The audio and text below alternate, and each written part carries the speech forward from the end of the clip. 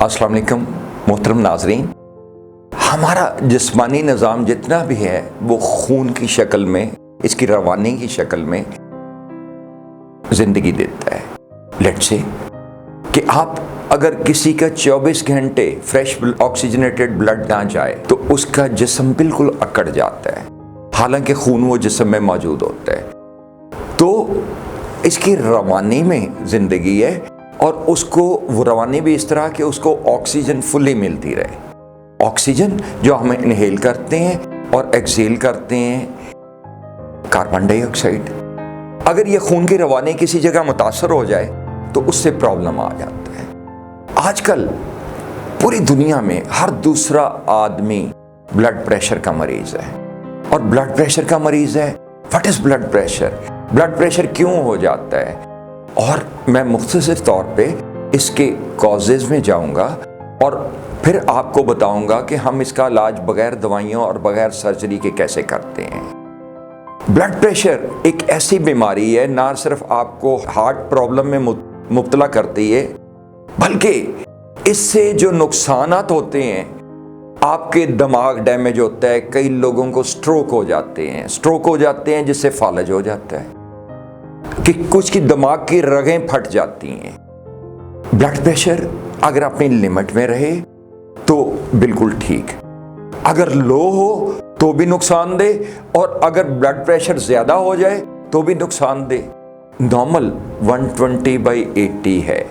120/80 means कि systolic blood pressure जो upper one limit है, जैसा कि चार्ट पे आप देख रहे हैं, that is the pressure exerted in the arteries by the heart once it beats। जब दिल धड़कता है, दिल पूरा पंप करता है अपनी पूरी फोर्स के साथ और उसको रगों में हमारी प्रेशराइज करता है ब्लड को फ्लो करने के लिए पूरी ताकत से। जो उस वक्त आर्टरीज में प्रेशर होता है वो सिस्टोलिक ब्लड प्रेशर ऊपर वाला होता है, यानी प्रेशर उसका 120 नॉर्मल है।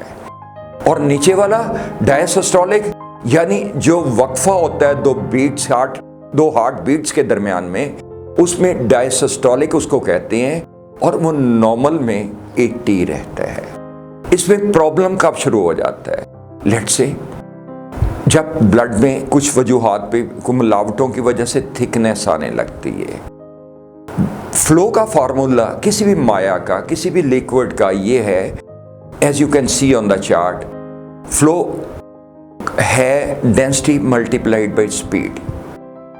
डेंसिटी थिकनेस और हमारे ब्लड की थिकनेस जब बढ़ती है यूरिक एसिड, कोलेस्ट्रॉल और इस तरह की दूसरी चीज़ों से, तो उसकी थिकनेस में इजाफा हो जाता है। Density multiplied by speed. What is speed? Speed जितनी कुव्वत से हार्ट उसको फेंकेगा। अब प्रॉब्लम उस वक्त शुरू हो गया जब जिन आर्टरीज में, जिन नर्व्स में, जिन रगों में ब्लड को हार्ट ने पंप करना है, उसमें पैसेज जो है वो थोड़ा स्क्वीज करना शुरू कर जाए।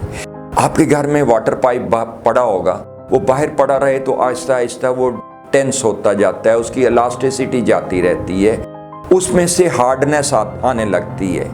हमारी सब चीज़ों की लाइफ है। लेट्स से ब्लड की लाइफ जो है, रेड ब्लड सेल की 120 डेज, बच्चे में हो या बूढ़े में हो, सबकी 120 डेज है। और वाइट ब्लड सेल्स की लाइफ 30 आवर्स ओनली। इसके बाद इसकी डेथ हो जाती है और उसकी जगह बोन मैरो नए सेल्स पैदा कर देती है। इसी तरह सब चीज़ों की लाइफ है। लेट्स से किडनी सेल्स की 21 डेज है। लेकिन एक चीज़ की लाइफ नहीं है, वो ताज़िंदगी है, और वो है हमारी नर्व्स। हमारी नर्व्स जिनके ज़रिए खून ने रवानी लेनी है। जब इसकी लाइफ नहीं है तो आहिस्ता आहिस्ता वो हार्डनेस का शिकार हो जाती है। लेट्स से कि 50 ईयर्स के बाद तो एथेरोस्क्लेरोसिस वैसे ही शुरू हो जाता है। Atherosclerosis that means squeezing of the arteries. उसके अंदर स्वेलिंग आने लगती है, उसमें हार्डनेस आने लगती है, इलास्टिसिटी उसकी जाती रहती है। लेकिन कुछ वजूहात की बिना पे 50 ईयर्स से पहले भी ब्लड प्रेशर लागू हो जाता है और वो आर्टरीज और वो नर्व सिकुड़ने लगती हैं। कई एक वजूहात के बिना पे हमारी लाइफस्टाइल चेंज, जैसे लेट्स से हमको लाहौरियों को, लाहौर से मैं बोल रहा हूँ, तो पूड़ी हलवे हरीसे की रोज़ आदत है, तो वो कोलेस्ट्रॉल जो सस्ती किस्म का ऑयल उसमें इस्तेमाल होता है, वो हमारी रगों में जमा हो जाता है और उसमें बैड कोलेस्ट्रॉल होता है, that is LDL and triglyceride, वो हमारी बॉडी में जमा, नर्व्स में जमा हो जाते हैं और उसको स्क्वीज कर देते हैं, as you can see on the chart. और उसको जब स्क्वीज कर देते हैं LDL, bad type of cholesterol, तो वो आर्टरीज का पैसेज रिस्ट्रिक्ट होने लगता है। फिर डायबिटीज उसका बहुत बड़ा एक कॉज है। डायबिटीज की वजह से सबसे ज्यादा डैमेज जो है वो हमारी नर्व्स को होता है, क्योंकि पूरी तरह इंसुलिन जब उनको नहीं बॉडी को मिलती तो शुगर की वजह से, अनडिजॉल्व शुगर की वजह से हमारी रगें जो हैं वो स्क्वीज करने के अमल से दो चार हो जाती, तंग हो जाती है। इसी वजह से आपने कई लोगों को देखा होगा कि डायबिटिक पीपल या ओल्ड एज पीपल के हाथ और पाँव की नसें जो हैं या हाथ और पाँव की उंगलियां जो हैं वो सुन्न रहने लगती हैं। सुन्न रहने लगती हैं वो इसलिए कि वो उनमें से पूरा खून नहीं जा पाता। नमनेस वही जो आएगी, वहीं पे आएगी, महसूस होगी जहां पे पूरा खून पूरा नहीं जा पाएगा। अगर बिल्कुल ना खून जाए फिर तो डेड हो गई ना, फिर तो जिस्म अकड़ गया। लेकिन अगर पार्शियल खून जाए, कम खून जाए, जो रिक्वायरमेंट से कम खून जाए, तो उसमें नमनेस महसूस होने लगती है। अब ये कई और वजूहात की बिना पे भी होती है, let's say smoking, drinking like alcohol, और कई एक वजूहात हैं। लेकिन मैं वजूहात में जो मेन वजूहात थी मैं वो बताने के बाद हल्का सा आपका एक दो चीज़ों के और जाना चाहूँगा प्रोग्राम को मुख्तसर रखते हुए। वो ये कि ये हार्ट तो बीट करता है, पंप करता है, दिमाग हमारा कंट्रोल करता है। दिमाग हमारा जब कंट्रोल करता है तो नर्वस सिस्टम के तीन ही हिस्से हैं, as you can see on the chart, that is brain being the head of the body. Brain heart को भी कंट्रोल करता है, उसकी पंपिंग को करता है।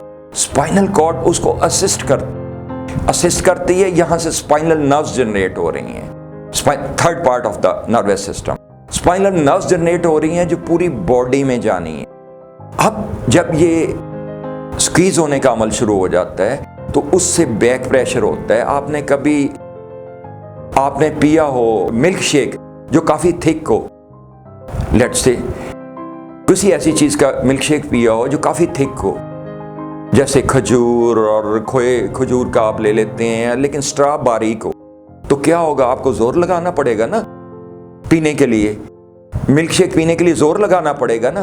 तो ये हार्ट जब पंप करता है और अगर वो पैसेज कम हो, नालियों में पैसेज कम हो हमारी खून की नालियों में, तो उससे जो ब्लड प्रेशर जो एक्सर्ट करता है, प्रेशर एक्सर्ट करता है वॉल्स पे, और आहिस्ता आहिस्ता वॉल्स वीक होने लगती हैं, आर्टरीज की वॉल वीक होने लगती हैं, क्योंकि वो प्रेशर को सह नहीं पाती और आहिस्ता आहिस्ता वीक होने लगती हैं, जो अल्टीमेटली स्ट्रोक या उसमें आता है, हार्ट अटैक की सूरत में फाइनली डैमेज कर जाता है हमें। एक और बड़ी वजह जो मैं बताना चाहता हूँ ब्लड प्रेशर की, वो ये है कि गुस्से में दिमाग चूंकि बॉस है पूरी बॉडी का, जो दिमाग में फीलिंग होती हैं वो पूरी बॉडी में जाती हैं और लम्हाती तौर पे मैसेज की शक्ल में पूरी बॉडी स्ट्रेस महसूस करती है।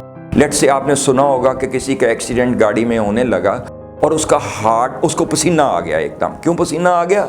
दिमाग की टेंशन में दिमाग ने जब महसूस किया कि अब ये एक्सीडेंट होने लगा है, तो हार्ट भी भूल गया एक लम्हे के लिए धड़कना और उससे पसीना आ गया। एक और मेन काज जो है वो ये है कि ये आप जब फिजियोलॉजी में जाएंगे तो हमारी सेंसेस जो हैं, हमारी रिफ्लेक्सोलॉजी जो है, हमारी जो 5 सेंसेस, इनकी जो असिमिलेशन है, जो इनका पास बैक है, वो स्पाइनल नर्व्स से होता है। स्पाइनल नर्व्स जो स्पाइनल कॉर्ड के साथ मुंसलिक हैं। स्पाइनल कॉर्ड में कुछ 69 मिलियन न्यूरॉन्स हैं, ओवरऑल बॉडी में 1 बिलियन के करीब न्यूरॉन्स हैं। ये लम्हाती तौर पे दिमाग को, लेट्स से मैंने हल्का सा किसी ने ऐसे टच किया तो ये दिमाग में न्यूरॉन्स के रास्ते दिमाग में शिफ्ट हो गया और दिमाग ने ऑर्डर दिया कि आगे से ऐसे बिहेव करो, पाँव उठाओ, टांग मारो, जो भी रिएक्शन है बॉडी का डिफाई निज़ाम है वो अमल में आ गया। ये सब की डिस्ट्रीब्यूशन जो दिमाग की है, रिफ्लेक्सेस की डिस्ट्रीब्यूशन है, ये हमारी स्पाइनल कॉर्ड से होती है, as you can see on the chart. Let's say अगर गर्दन, कंधों, बाजुओं में जो ब्लड जा रहा है, जो रिफ्लेक्सेस जा रही हैं, जो उनको दिमाग कंट्रोल कर रहा है थ्रू C6।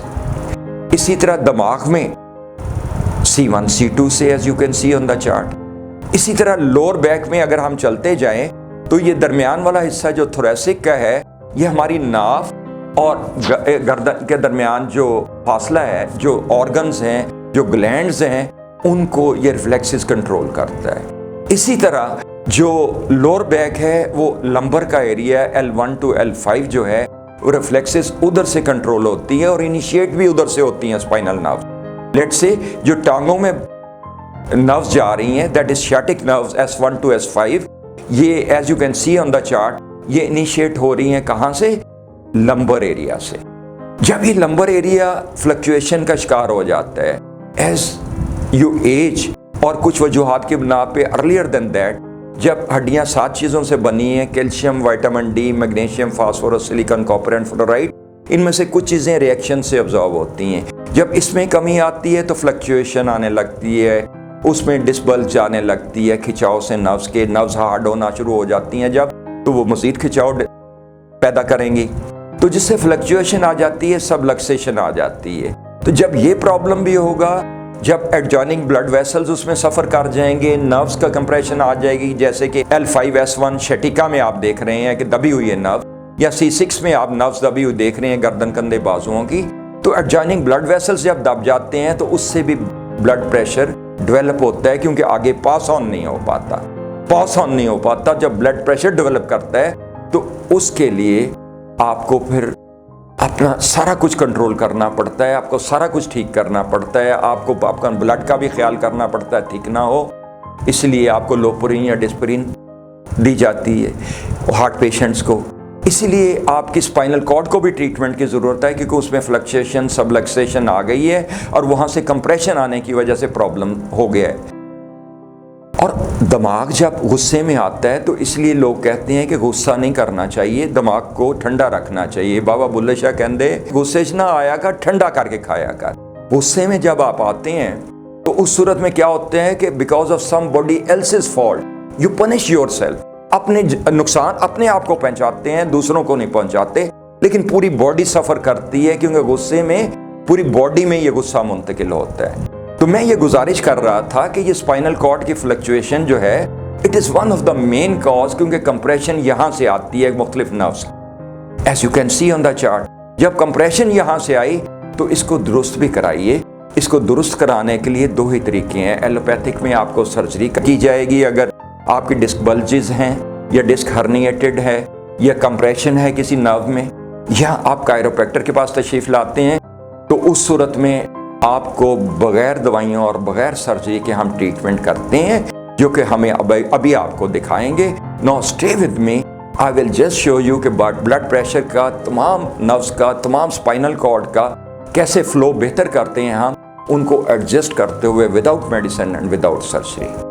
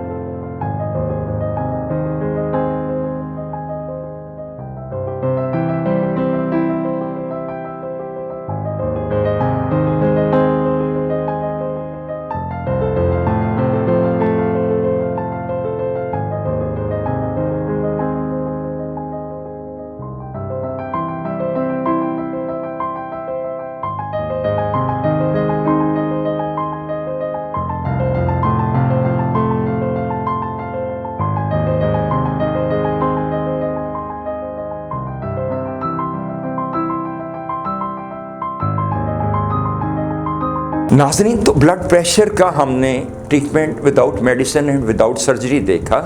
एक्चुअली ये फ्लो है बॉडी का, और फ्लो बॉडी का सबलक्सेशन कंप्रेशन जहाँ से आई वो स्पाइनल कॉर्ड है। हड्डियाँ हैं हमारी जिस पे दिमाग भी खड़ा है, हमारी टांगें भी खड़ी हैं, पाँव भी खड़े हैं।